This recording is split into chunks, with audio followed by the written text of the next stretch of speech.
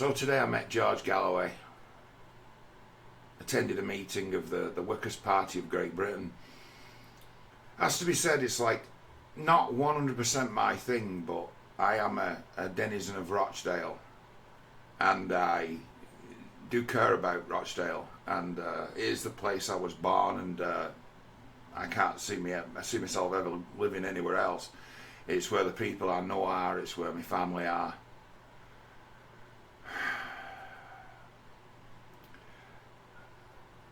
I've accepted the candidacy for Scotland and Fairlinge, which is where I live, in fact where I was born, in the local elections. There's 9 seats available, and George insisted that I take one of them, and he pretty much gave me the pick of the litter.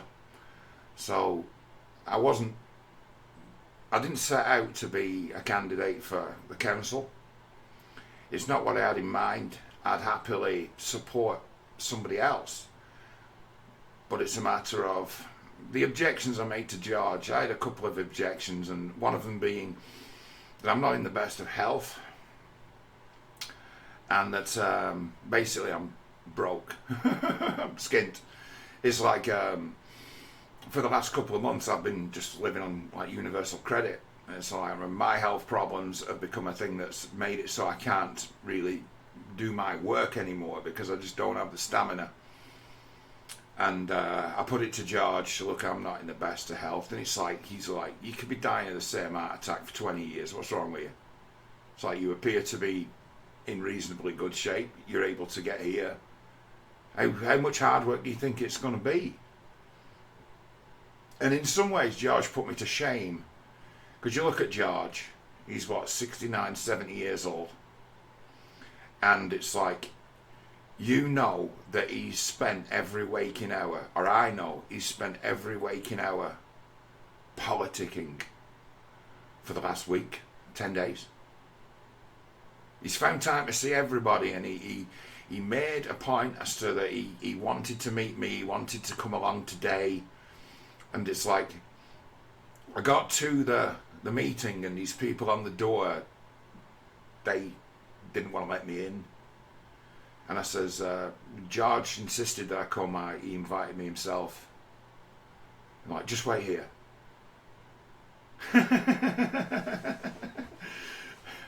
And then a chap who I've spoken to, exchanged messages with on Facebook a couple of times, who first reached out to me, he came along and he says, why aren't you in there talking to George? I'm like, well, they checking me out, they won't let me in. He's like, no, you go and sit down in the front, he's waiting for you, go and take a seat. I brought a friend with me, I brought a local with me, fine lad. So it's like, I found myself a good ally locally as well, in Michael, a great guy. I've known him since I went to school. We went to school together. We weren't friends at school, but it's like, he's changed. He's become someone with experience and wisdom, who knows the difference between right and wrong. And it's like, what a reformed character this fella is. It's like, he's like gold, this old friend of mine. He's like, this is someone worth knowing. This is someone you could stand with. He's all right. So I took a friend with me, and George sat down with us, talked to us for 10 minutes, had a good talk, listened to my feeble objections, and then he pretty much did what I did. We attended the meeting, he did quite a lot of talking. George Galloway told me that it was the video that I made reaching out to Dave Tully, who came second as an independent, that found its way to George, and George watched it, and George had absolutely, he said he had no idea that he had the level of support that he had in Rochdale until he watched my video. And it was my video telling Dave Tully not to run, and not to get involved in what I call a, sorry about the language, a cunt fight, and to let the Workers' Party and the Labour Party have at it and stay away, and where you'd be better served on the council. The things you want to do, you couldn't do as MP, but you could do it if you're on the council. So it's like David's gone away and he's talked to the people around him, and it's like, strange as it may seem, the guys who were behind Dave's campaign, I already know them all. They're like, hey, John, how are you? And I've known these guys since I was a kid, who were back in Dave's campaign. So it's like, George has asked me to be the not Labour candidate, to be the Workers' Party candidate for Scotland and Fairlands in the local election. He asked me to do it. I've not set about wanting this. It's not an ambition of mine. It's not something I ever saw myself doing. And I've now spoken to, like, my allies, because I've got a few allies around here, and they've all said, you've got to do it. You have to go for it.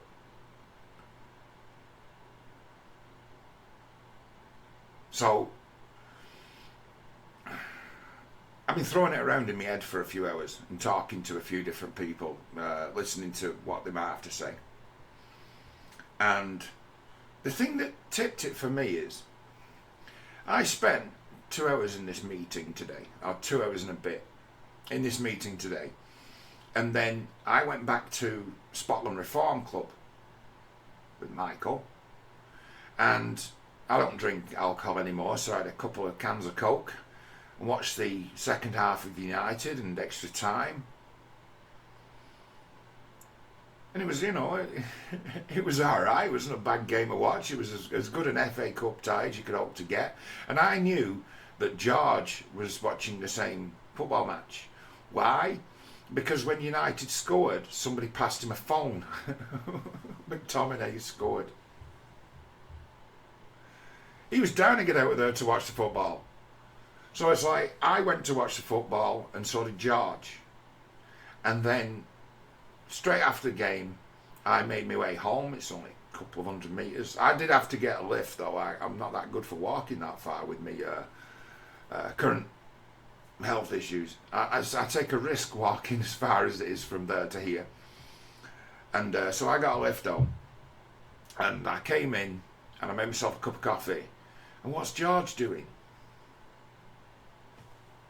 Broadcasting to a combined streaming audience of about 30,000 people. Live. And me making me complaints that, look, I'm not in the best of health. It's like, that just did not wash with a guy who is on it 24 hours a day, really. Dreams about it. Dreams about politicking, about organising, as to where he's going to still be fighting on with his dying breath. He, in essence, in some ways, put me to shame. It's like he's got the best work ethic since, I don't know, William Shatner. It's like I've just messaged him and said, you put William Shatner to shame. It's like, you never stop. You could be in your 90s and you'd still be doing this. So who am I to stand up against you and say no? So I've accepted his offer. So I'm going to be running for office.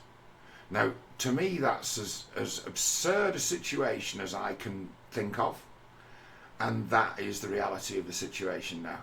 That's the reality. And it's going to take me a little while to get used to it. But the way that it's been, in essence, now, video I made a couple of weeks ago called The Grand Alliance. Everybody who's involved in politics in Rochdale saw it. So what's happened is in the local election there's only 9 seats available. 3 seats are going to be contested by Dave Tully and his friends, who are they're good people. There's nothing's got anything bad to say about those guys. We don't know who the other candidates are, but Dave's going to be one of them, and we've speculated on who the other 2 will probably be. And they're like chaps who are on the boards or who are organisers for local sports clubs, cricket clubs, etc.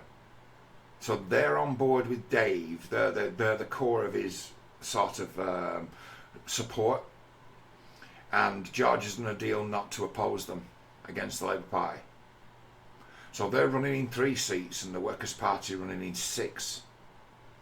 So I can enjoy the support of both the Independents and the Workers' Party and be George Galloway's hand-picked candidate.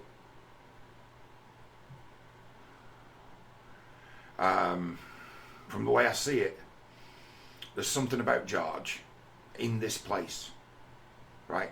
Local politics is dry, and the things you're allowed to talk about and the things that you are allowed to talk about are very controlled. If you're not in the gang, you're not in the gang. You're just excluded, and you are looked upon as irrelevant. It just moves and goes on without you.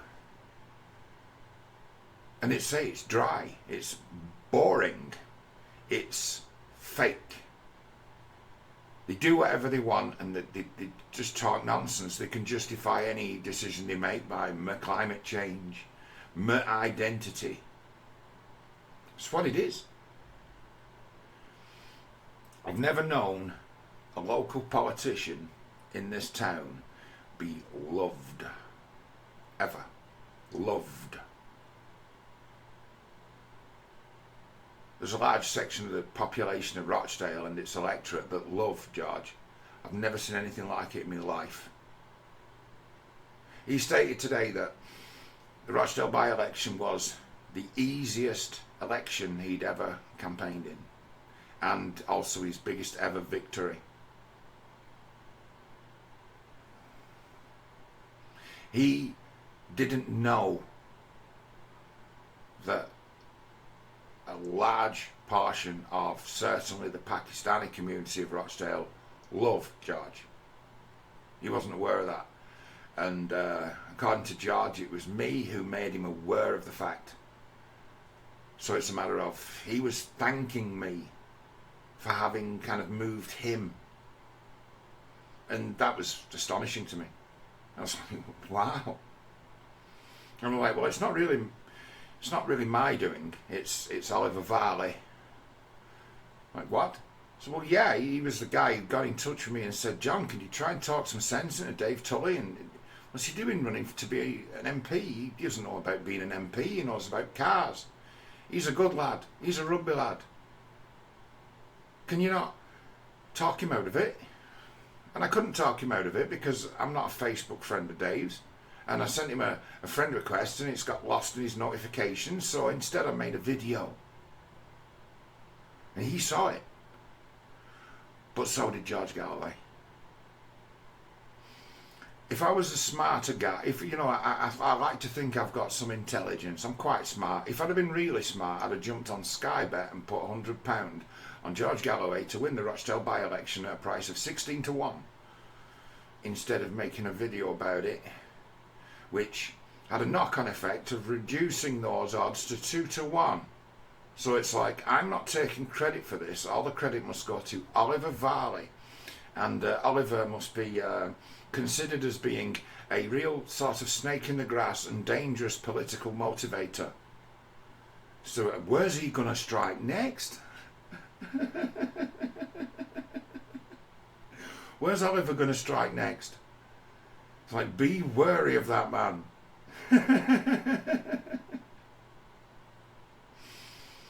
Yeah, don't mess around with bass players, don't mess around with electricians, and never knock either to me.